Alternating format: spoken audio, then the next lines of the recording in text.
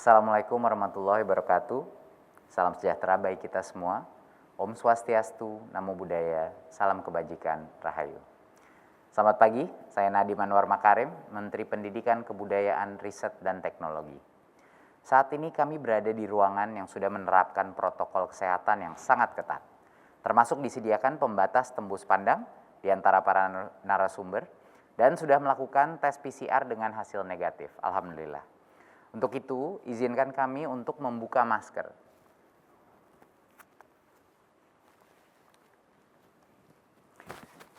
Dari video yang baru saja kita tonton tadi, kita diingatkan lagi tentang pentingnya merdeka belajar bagi pelajar dan mahasiswa Indonesia. Apalagi saat ini perubahan global terjadi sangat cepat dan tidak terduga. Jadi tantangan yang kita hadapi berbeda dengan apa yang dihadapi orang tua kita, atau yang kita hadapi di masa lalu.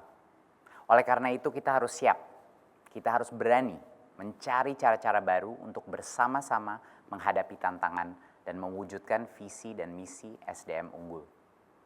Merdeka Belajar Kampus Merdeka memberikan hak kepada mahasiswa untuk belajar di luar prodinya dan di luar kampus selama 3 semester. Mahasiswa Indonesia sekarang bisa melakukan magang di industri kelas dunia. Mereka bisa menjadi tenaga pengajar untuk membantu ibu dan bapak guru di SD maupun di SMP. Serta ikut program pertukaran dengan mahasiswa dari daerah atau pulau lain di Indonesia, bahkan dari benua lain. Kemudian ada juga Kampus Merdeka Vokasi yang menghadirkan 2 transformasi utama pada pendidikan tinggi vokasi, yaitu program SMK D2, jalur cepat, dan peningkatan program studi D3 menjadi sarjana terapan D4. Keduanya dirancang untuk lebih mengintegrasikan pendidikan tinggi vokasi dengan dunia kerja, sehingga pelajar mendapatkan pendidikan yang lebih tinggi dalam bidang yang benar-benar diminati dengan waktu yang jauh lebih singkat. Nah, di pagi hari ini yang berbahagia ini, saya berkesempatan berkunjung ke Istana Negara untuk berdiskusi mengenai Kampus Merdeka dengan Bapak Presiden beserta perwakilan mahasiswa, dosen, dan juga industri. Sudah hadir bersama saya Bapak Presiden Joko Widodo, Rektor IPB dan Ketua Forum Rektor Indonesia, Bapak Profesor Arif Satria, Direktur Utama Telkom, Dirik Adriansyah, Direktur Utama dan Co-founder Tokopedia, Bapak William Tanuwijaya, serta perwakilan mahasiswi peserta program Kampus Mengajar, Ayu Sabrina, dari Universitas Diponegoro, perwakilan mahasiswa peserta program Bangkit, Christian Doksa Hamasyah, Universitas Brawijaya, serta Tessa Saraswati, penerima beasiswa LPDP S2 yang sudah menjadi alumni Yale University. Selamat pagi semua. Terima kasih sudah bersedia hadir di acara Bincang Kampus Merdeka ini. Luar biasa, saya sangat senang bisa menjadi host Anda hari ini. Untuk pertama mungkin izinkan saya menanya dulu ke Pak Presiden. Pak Presiden, apa kabar?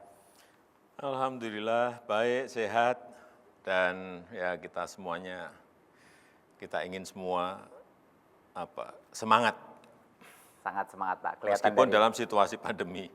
Betul Pak, memang kadang-kadang sulit semangat di situasi seperti ini, tapi kita harus melihat masa depan secara optimis Pak.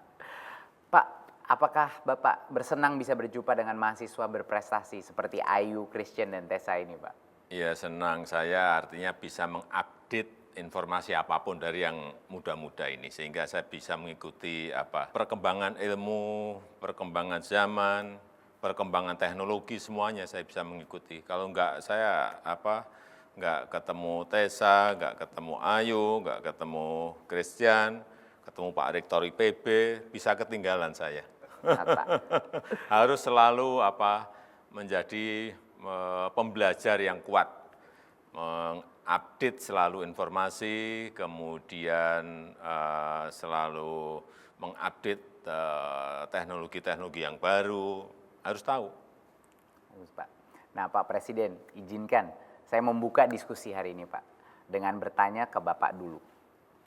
Pak Presiden, sebenarnya apa harapan Bapak terhadap kompetensi lulusan dari perguruan tinggi di masa yang akan datang? Seperti apa lulusan kita seharusnya Pak? Iya, yang pertama, lulusan kita harus sangat kuat dedikasinya untuk kemajuan bangsa, juga untuk kemanusiaan, juga untuk toleransi dalam kebinekaan. Itu watak yang tidak boleh ditawar. Yang kedua, lulusan kita harus memiliki karakter dan skill pembelajar yang kuat. Tadi sudah saya sampaikan, selalu belajar hal yang baru, mengupdate pengetahuan. Karena hal ini sangat penting karena masa depan itu akan penuh dengan disrupsi, akan penuh dengan perubahan-perubahan yang besar. Kita tahu ini arus perubahan cepat sekali. Bahkan penuh dengan kompetisi. Tanpa belajar terus-menerus, ya, lulusan kita akan tertinggal oleh perkembangan iptek yang sekali lagi perkembangannya sangat pesat sekali. Yang ketiga, lulusan kita bukan hanya mempunyai kemampuan akademik, tetapi juga memiliki kemampuan inovatif, kemampuan inovasi yang kuat, dan juga mampu menjadi problem solver terhadap masalah-masalah sosial yang ada di masyarakat. Karyanya bukan hanya karya ilmiah, tetapi juga karya yang memecahkan masalah sosial melalui pemanfaatan teknologi, melalui inovasi, dan juga kewirausahaan. Kemudian yang keempat, lulusan kita harus menguasai iptek yang terbaru. Iptek tapi yang terbaru. Mungkin saja iptek terbaru itu belum dikuasai oleh kampus, maaf Pak Rektor. Bisa saja. Tapi sudah berkembang di dunia industri. Oleh karena itu, keterlibatan industri dalam pendidikan di kampus sangatlah penting. Juga kerjasama antar kampus untuk mempercepat proses pengembangan dan penguasaan iptek terbaru. Dan yang kelima, lulusan kita jangan hanya siap mengisi lapangan kerja, tetapi juga mampu menciptakan lapangan kerja. Ini pentingnya pendidikan kewirausahaan dan juga interaksi yang intensif dengan dunia industri menjadi kunci yang penting bagi karya-karya inovatif bagi lulusan-lulusan kita. Saya rasa itu. Nah, sekarang saya mau gantian bertanya ke Mas Menteri. Nih, apa yang telah dilakukan oleh Mas Menteri untuk mencapai visi SDM unggul melalui program Kampus Merdeka? Terima kasih Pak Presiden. Banyak sekali Pak yang sedang dilakukan dan telah dilakukan. Tapi yang terbesar adalah topik mungkin untuk hari ini kita mau berbincang-bincang mengenai Kampus Merdeka, yaitu kampus yang dimerdekakan. Nah, pertanyaannya adalah dimerdekakan dari apa? Kita ingin memerdekakan kampus dari sekat-sekat, berbagai jenis sekat, sekat antara akademia dan industri, sekat antara riset dan pembelajaran, sekat antara fakultas, sekat antara prodi.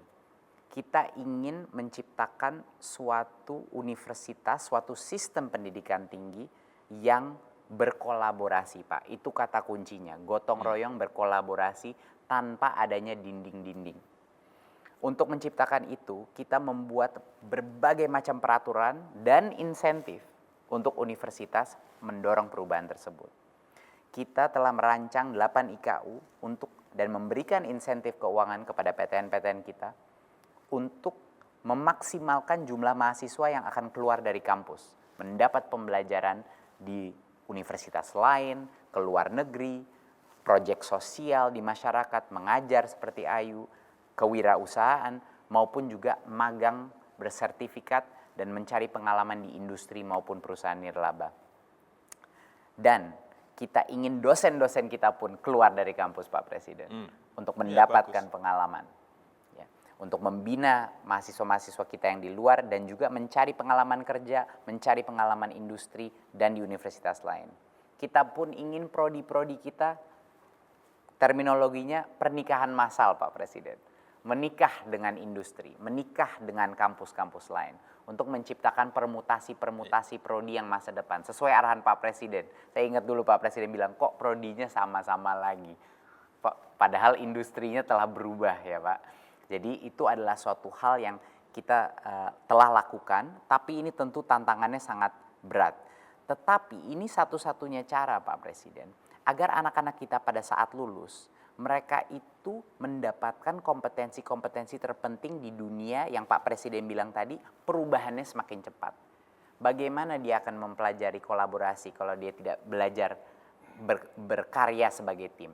Bagaimana dia mau mengerti kreativitas atau kewirausahaan kalau dia tidak mengerjakan sesuatu di dalam dunia yang nyata? Kita ingin semua mahasiswa kita bisa berenang pada saat mereka keluar ke lautan yang terbuka. Jangan di kolam renang, harus sekali-sekali pergi ke laut untuk melatih diri. Jangan gitu, sekali-sekali, bisa 2 kali, 3 kali, 4 kali, 5 kali. Gitu. Setuju Pak. Biar ngerasain gelombangnya laut Betul. seperti apa.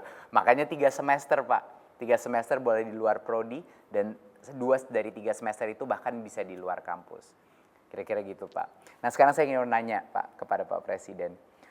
Pak, harapannya ini kebijakan Kampus Merdeka ini kan menjadi awal ya dari transformasi sistem pendidikan tinggi kita ya, yang benar-benar mengedepankan kualitas lulusan dan integrasi dengan dunia kerja.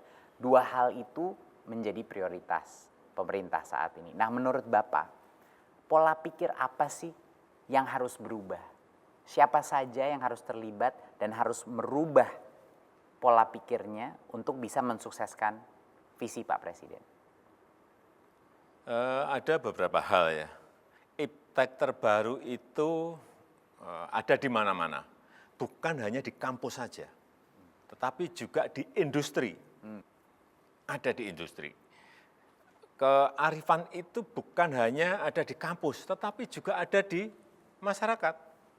Jadi jangan hanya belajar di kampus, kita juga bisa belajar di masyarakat. Oleh karena itu, mahasiswa harus diberi kesempatan untuk belajar kepada siapa saja, bukan hanya kepada dosen.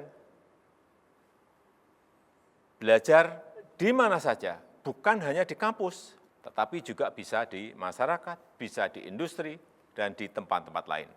Bahan ajar bagi mahasiswa itu bukan hanya di buku juga, tetapi juga praktek di lapangan.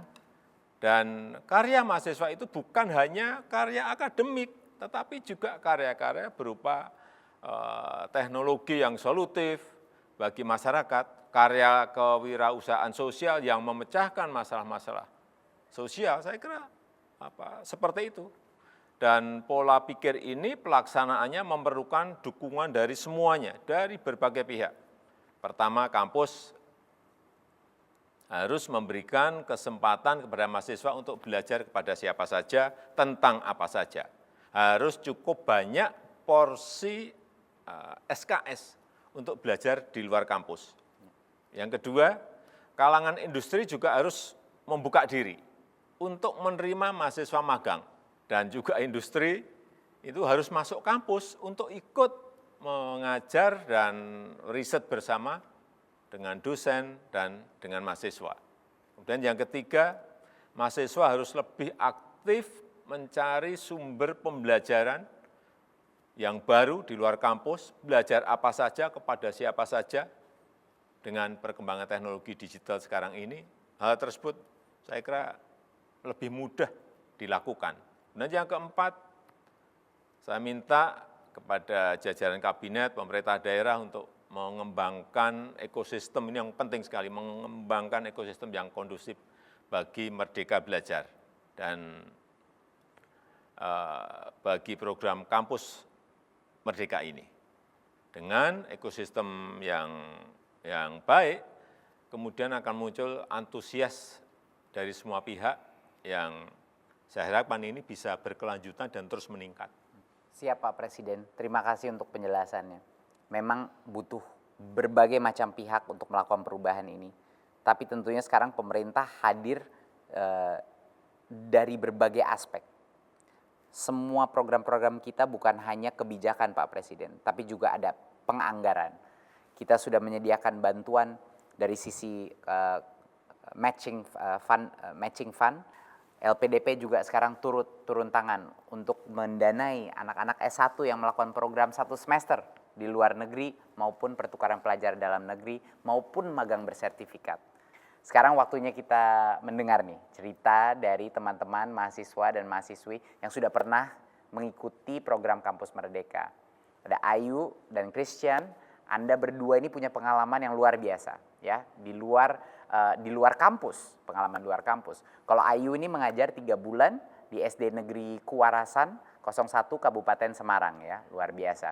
Dan ini adalah program perdana kita Kampus Mengajar. Saya sangat senang sekali bisa mendengar langsung seperti apa pengalamannya. Dan Christian di sini lagi menyelesaikan ya, lagi di tengah program Bangkit yang berfokus kepada solusi teknologi komputasi awan ya, cloud computing. Luar biasa. Bisa nggak Ayu dan Christian ceritakan sedikit mengenai pengalaman kalian? Mungkin Ayu dulu bisa mulai. Baik, selamat pagi Bapak Presiden, Mas Menteri, serta rekan-rekan hadirin sekalian. Tentu program Kampus Mengajar memberikan pengalaman luar biasa. Ayu memberikan apresiasi luar biasa kepada Kemendikbudristek karena telah memfasilitasi program ini, bahkan tidak tanggung-tanggung sampai menyediakan konversi SKS dan juga uang saku. Ada uang sakunya? Iya, betul sekali. Seneng dong. Iya. Baik Bapak Presiden dan juga Mas Menteri, selama mengikuti program Kampus Mengajar di SD Negeri Kuarasan 01 Kabupaten Semarang, Ayu berserta tim fokus pada 3 program unggulan, yakni transfer ilmu pengetahuan, transfer teknologi, dan juga urusan administrasi.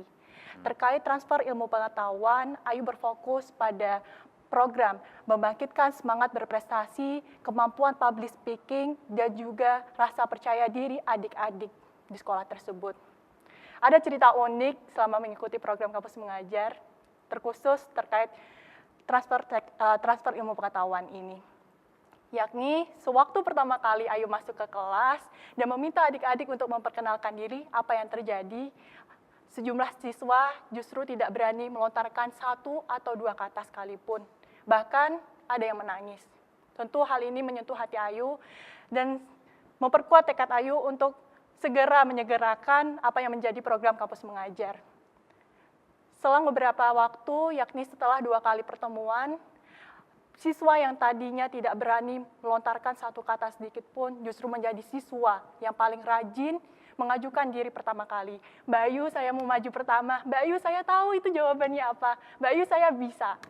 Tentu ini merupakan suatu kebahagiaan sendiri bagi saya. Kemudian, beberapa waktu lalu, yakni 2 minggu terakhir ini, para siswa belajar secara home visit.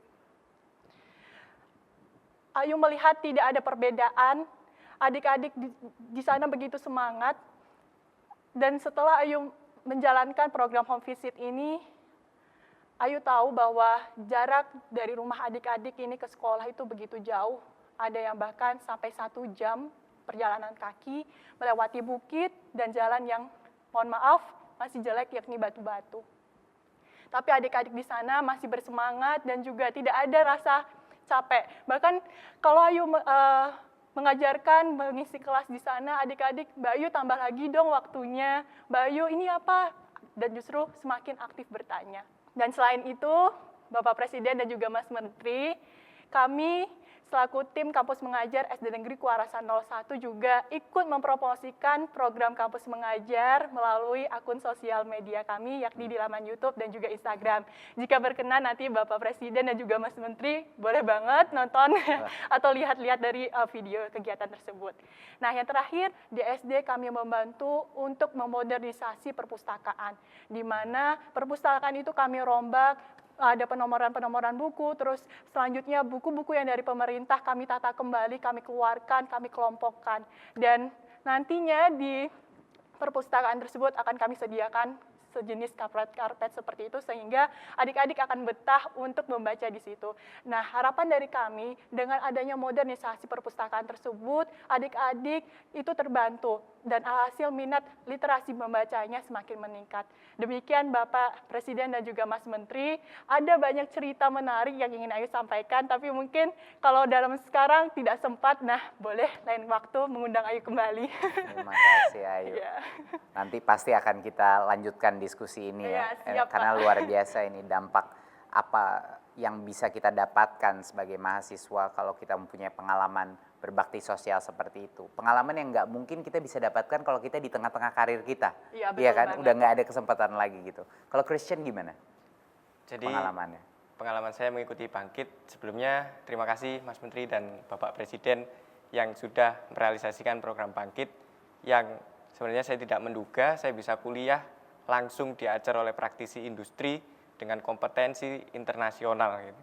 Jadi Bangkit adalah program 1 semester, di dalamnya ada 3 jalur yaitu Android, Cloud Computing, dan Machine Learning. Dan kebetulan saya mengambil Cloud Computing.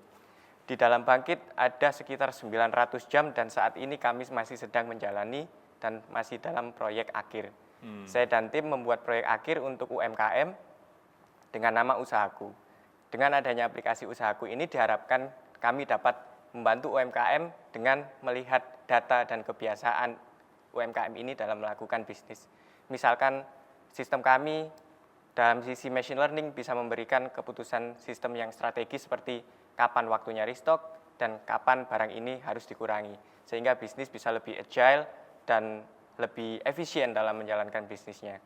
Dan pada saat ini saya tidak sendiri, ada 3.000 mahasiswa hebat lainnya yang sedang mengikuti program Bangkit ini. Harapan saya program Kampus Merdeka Studi Independen Bangkit ini bisa terus ada untuk membangun infrastruktur Indonesia yang lebih baik, efisien, murah, dan terbaru. Karena kalau kita bisa membuat sistem yang efisien, murah, kita bisa menolong ratusan juta rakyat Indonesia dan bisa membuat hidup mereka lebih efisien dalam menjalankan kehidupan sehari-hari melalui teknologi. Itu dari saya, Bapak Presiden dan Mas Menteri. Terima kasih. Luar biasa, jiwa kewirausahaannya udah kelihatan nih dari diskusi ini. Mungkin Pak Presiden apa ada pertanyaan Pak untuk adik-adik? Ya tadi untuk cloud computing itu apa sih yang dipelajari di situ atau dilatih di training apa? Jadi di dalam pelajaran cloud computing Bapak Presiden, di situ kami langsung diajari oleh praktisi Google yang kita ketahui juga reputasi server mereka juga tidak pernah down gitu. Jadi bagaimana kita bisa membuat layanan atau yang biasa disebut dengan web service ini dapat berjalan dengan baik dengan cost yang murah. Itu adalah prinsip dasar dari cloud, kita bisa melayani banyak orang dengan cost yang seefisien mungkin. Karena kalau misalkan tampilan dari aplikasi ini bagus, namun infrastrukturnya itu kurang, maka akan mengurangi pengalaman dari penggunaan aplikasi ini. Nah, harapannya dengan adanya cloud computing ini, dan saya juga senang sekali bisa mengikuti program ini karena saya dari teknikal dan saya juga dari SMK dulunya yang suka praktek dan menemukan bahwa ada program Bangkit ini, saya sangat semangat mendaftar dan puji Tuhan saya bisa terpilih dan mengikuti dan membuat produk yang nyata menargetkan UMKM. Seperti itu, Mas Menteri dan Bapak Presiden. Ya ini untuk perwakilan mahasiswa baik Tessa, Ayu, Christian.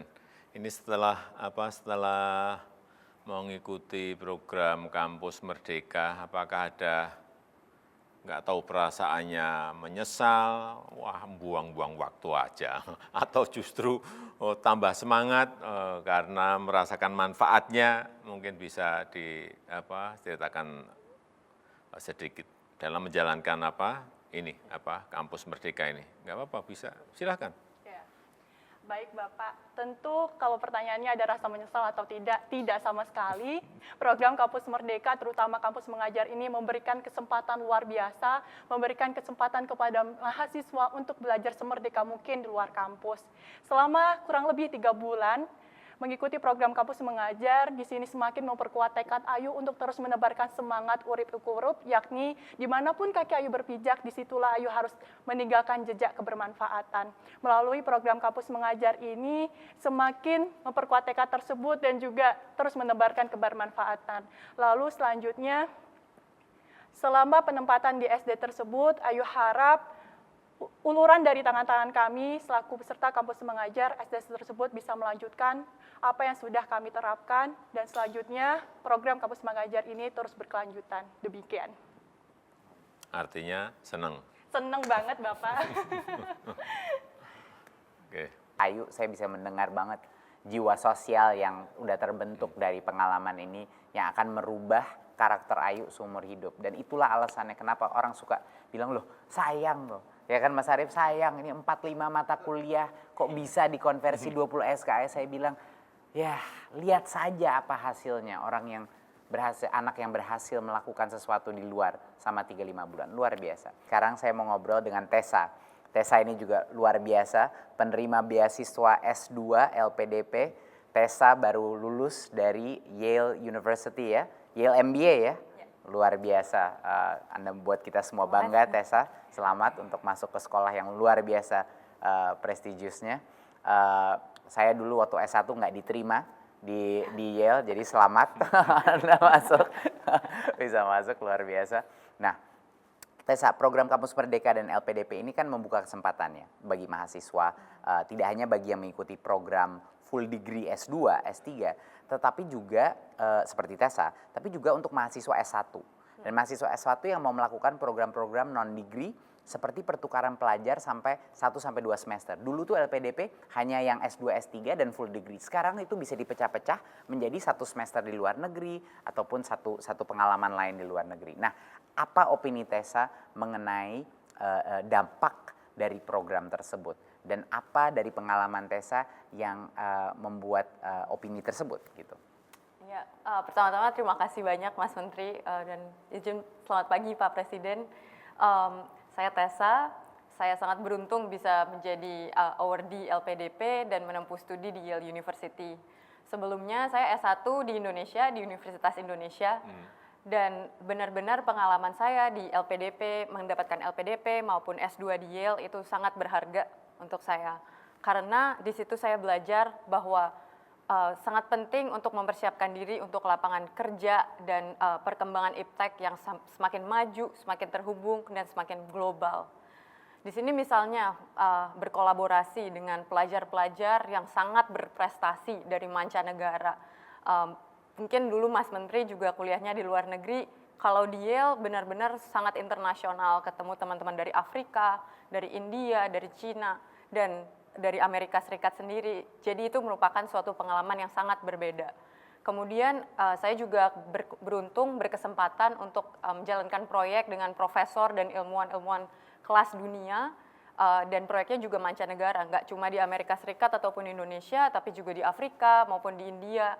Dan itu relate berhubungan dengan pengembangan ventilator dengan biaya rendah untuk bayi-bayi prematur. Jadi Yale MBA pun udah ada kampus Merdeka programnya juga ya, sebagai bagian dari kurikulum mereka. Betul Mas Menteri.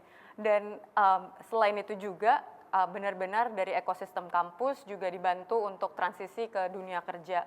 Dan dari pengalaman itu saya benar-benar belajar, saya benar-benar didukung untuk memulai usaha atau semangat kewirausahaan saya sendiri, sehingga cita-cita saya jangka panjang setelah pulang ke Indonesia ini, saya benar-benar ingin, dan terinspirasi Kampus Merdeka juga, saya benar-benar ingin untuk kontribusi di bidang edtech atau pendidikan.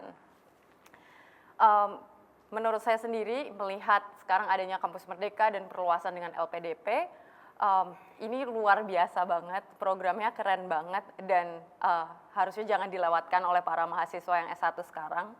Jujur, ketika saya dulu S1 di Universitas Indonesia, saya waktu mau studi ke luar negeri harus memperjuangkan sendiri, kemudian mau magang, cari pengalaman, itu tanya kanan kiri, siapa yang lagi ada lowongan, jadi benar-benar nggak ada di fasilitasi lah ibaratnya. Dan sekarang saya lihat ini dampaknya ada dua, membantu tantangan-tantangan dari para mahasiswa ini sendiri.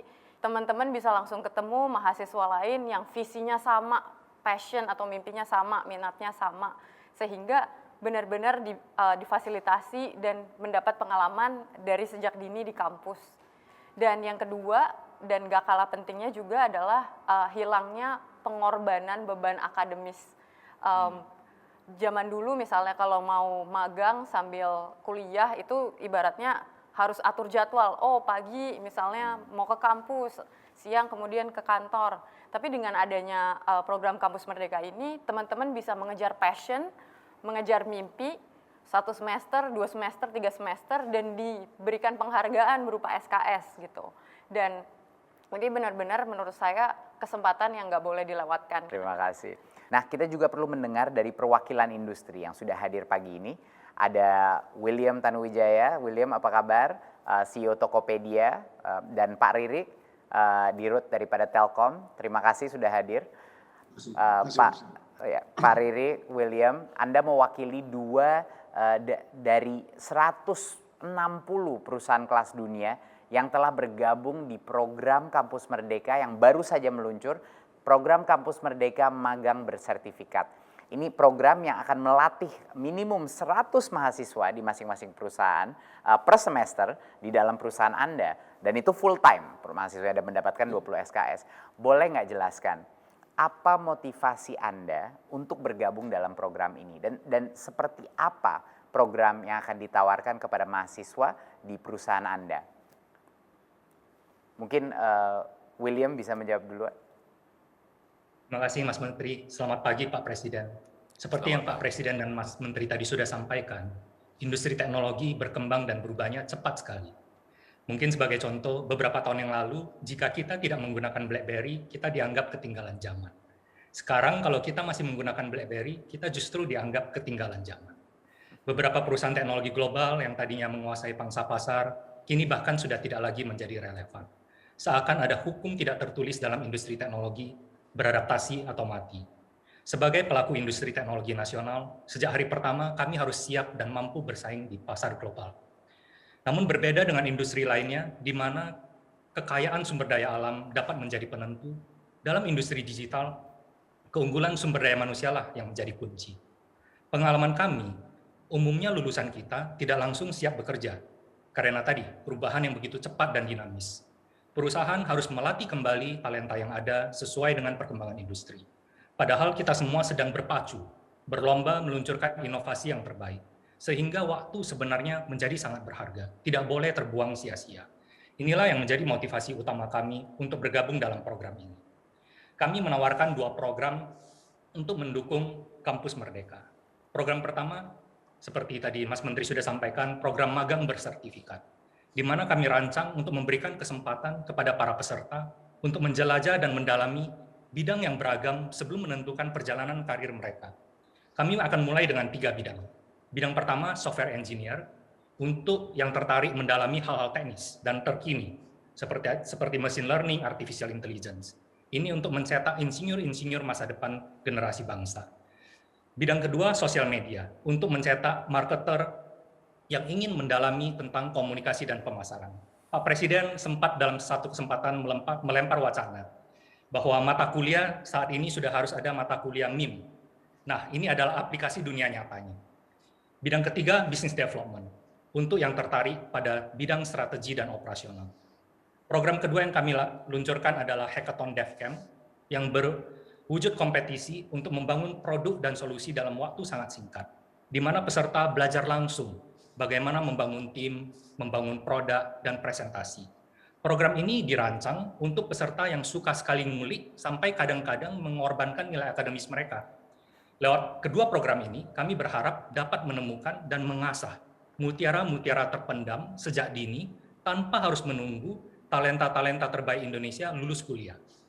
Semuanya akan mendapatkan pendampingan dan langsung terjun kepada masalah yang kompleks. Tadi seperti langsung tidak boleh hanya berenang di kolam renang, langsung terjun ke berenang di samudera yang luas, ikut membangun solusi kepada lebih dari 100 juta pengguna layanan kami, masyarakat Indonesia, mitra UMKM, agar mereka dapat turut langsung berkontribusi pada pemerataan dan pembangunan ekonomi secara digital. Demikian Mas Menteri, Pak Presiden. Terima kasih, luar biasa programnya. Kalau saya mungkin di S1, saya ingin ikut programnya Itu karena luar biasa variasi dari disiplinnya. Pak Ririk, apa kabar Pak Ririk? Saya dengar Baik, Mas Menteri. saya dengar Telkom mau mengambil bukan 100 malah 300. Benar itu Pak Ririk? Bisa dijelaskan sedikit, silakan Pak. Baik, mungkin jadi terima kasih Mas Menteri, selamat pagi Bapak Presiden. Jadi ada 2 poin lah yang terkait dengan Kampus Merdeka. Yang pertama adalah tentunya kami ingin ikut serta meningkatkan kualitas magang atau kerja praktek. Nah, Kampus Merdeka ini magangnya sudah lebih terencana. Jadi sudah direncanakan dengan baik, bahkan mentornya juga akan disiapkan. Jadi nantinya akan secara ekosistem akan lebih siap. Nah, keterkaitan yang kedua adalah rekrutmen. Telkom saat ini sedang dalam proses transformasi menjadi digital telco, dan untuk itu kami sangat membutuhkan banyak talent-talent muda, khususnya di teknologi digital. Nah, kita perlu memperbaiki rekrutmen kita. Nah, dengan adanya Kampus Merdeka ini, kita akan dapat kesempatan untuk mengetahui lebih lama. Karena mahasiswa kerja di kita untuk waktu 6-12 bulan, dan mahasiswanya pun juga punya kesempatan untuk mengenal perusahaannya sebelum mereka nanti kerja untuk perusahaan itu. Nah, untuk itu Mas Menteri, kami sudah menyiapkan ada 9 program untuk 311 mahasiswa, dan kami juga sudah menyiapkan 48 mentor. Dan ini karena ini juga mereka mendapatkan insentif, jadinya kita harapkan motivasi mereka akan sangat tinggi. Program akan berjalan untuk kurun waktu 6 bulan dan bisa diperpanjang sampai dengan 12 bulan. Nantinya mereka akan memang mengerjakan pekerjaan yang real untuk masalah-masalah yang dihadapi nyata oleh perusahaan. Kira-kira kalau yang untuk posisinya ada 12 kompetensi terkait digital, developer dan sebagainya yang akan kita butuhkan. Dan di akhir program nantinya akan ada sertifikat, jadi dan sebelum itu ada evaluasi dulu. Jadi nantinya kita harap ini menjadi modal awal, karena sertifikatnya juga sertifikat yang bukan abal-abal, diakui juga oleh pencari tenaga kerja, sehingga ini bisa menjadi modal awal bagi mahasiswa untuk masuk ke dunia kerja. Kira-kira begitu, Pak. Terima kasih. Sekarang kita beralih ke Mas Arief, Rektor IPB dan juga Ketua Forum Rektor Indonesia. Saya persilakan Pak Presiden untuk menanyakan kepada Mas Arief. Pak Rektor, ini dukungan apa yang dibutuhkan dari pemerintah ya, agar universitas bisa berlari kencang mensukseskan program Kampus Merdeka ini? Terima kasih Pak Presiden dan juga Mas Menteri. Tentu dukungan dari pemerintah sangat penting sekali untuk mensukseskan implementasi Kampus Merdeka dan Merdeka Belajar. Dan menurut saya salah satu komponen yang penting adalah bagaimana kita menciptakan regulasi yang kondusif, seperti bagaimana undang-undang guru dan dosen, yang dimana memuat soal kualifikasi dosen, di mana sekarang dosen ketika kita hadir dalam Kampus Merdeka dan Merdeka Belajar, sulit cari praktisi yang master. Nah, oleh karena itu bagaimana kita harus ada penyesuaian perangkat perundangan agar bisa kondusif untuk implementasi Kampus Merdeka. Begitu pula soal BAN PT, sistem akreditasi. Ini juga harus merdeka juga, harus menciptakan ekosistem yang kondusif untuk kampus supaya lebih merdeka. Begitu pula statuta perguruan tinggi yang itu adalah peraturan pemerintah yang ditangani oleh Presiden. Jadi masing-masing PTNBH kan ada statuta yang ditangani melalui peraturan pemerintah. Ini juga saya kira perlu direform supaya disesuaikan dengan kondisi yang ada. Nah, pada prinsipnya apa yang sudah digariskan oleh Mas Menteri ini sebenarnya cocok sekali. Saya sebagai Rektor IPB tentu sangat senang karena apa yang dipikirkan Mas Menteri kita pikirkan sejak tahun 2018. Jadi 2018 kita melakukan upaya-upaya untuk melakukan reform. Reform itu kita dorong sebagai respons terhadap bahwa perubahan itu menjadi keniscayaan yang perlu sangat cepat, penuh dengan ketidakpastian, dan penuh dengan kompleksitas yang butuh mindset tertentu, growth mindset, adaptive mindset, future mindset, dan butuh skill set. Nah, sehingga reform kurikulum itu menjadi keniscayaan. Nggak bisa enggak. Sehingga integrasi akademik dan non-akademik juga sudah menjadi keniscayaan. Sehingga learning outcome untuk menghasilkan skill-skill tadi, menghasilkan mindset tidak cukup hanya dari kuliah, tatap muka. Tapi bagaimana kita mendorong mahasiswa hands-on di lapangan. Nah, sehingga itu bisa kita kita hasilkan sesuatu yang seperti disampaikan oleh Pak Presiden tadi. Nah, seperti sebagai contoh kami di IPB, mindset yang kita dorong adalah mahasiswa IPB begitu masuk 4.000 orang ikut pelatihan 7 Habits of Highly Effective People. Itu pelatihan yang sertifikasi internasional untuk merubah mindset dulu. 4.000 mahasiswa. Itu agar apa? Agar proaktif, positive thinking, open mind, memiliki growth mindset. Setelah itu ikut talent mapping. Dengan talent mapping itu terlihat berapa persen yang ingin menjadi entrepreneur, berapa persen ingin menjadi peneliti, ingin menjadi profesional. Ternyata ingin menjadi entrepreneur, mahasiswa IPB baru adalah 31%, Pak.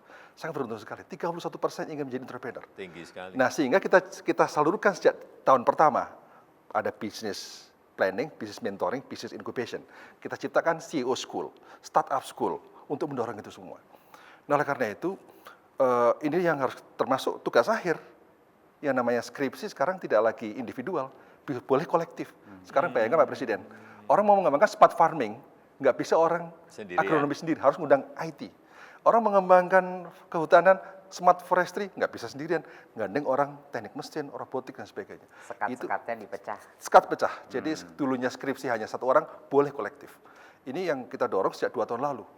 Nah, kebetulan Mas Menteri mengeluarkan kebijakan Kampus Merdeka, istilah di kampung saya, tumbuh nemu tutup, klop. Jadi apa yang kita bayangkan, baru kali ini Pak, kita membayangkan suatu policy nasional, dan kemudian cocok sekali dengan apa yang sedang kita pikirkan dan kita kerjakan. Jadi Pak Mas Arief itu riset, kewirausahaan, Menyatu, dan komplek. mengajar, Ya. belajar itu semuanya digabung dalam Betul. satu aktivitas Ya, kan. Itu luar jadi biasa. itu satu komdev ya. Nah, sehingga menurut saya ini sesuatu yang harus terus kita perkuat. Pola ini memang tantangan internal tentu cukup berat. Kami butuh 2 tahun Pak Presiden, 2 tahun untuk bisa menyiapkan ini semua. Jadi pas waktu 2019 ada Mas Menteri, kemudian kebijakannya, wah ini plong sekali, karena apa? Tumbuh, nemu tutup.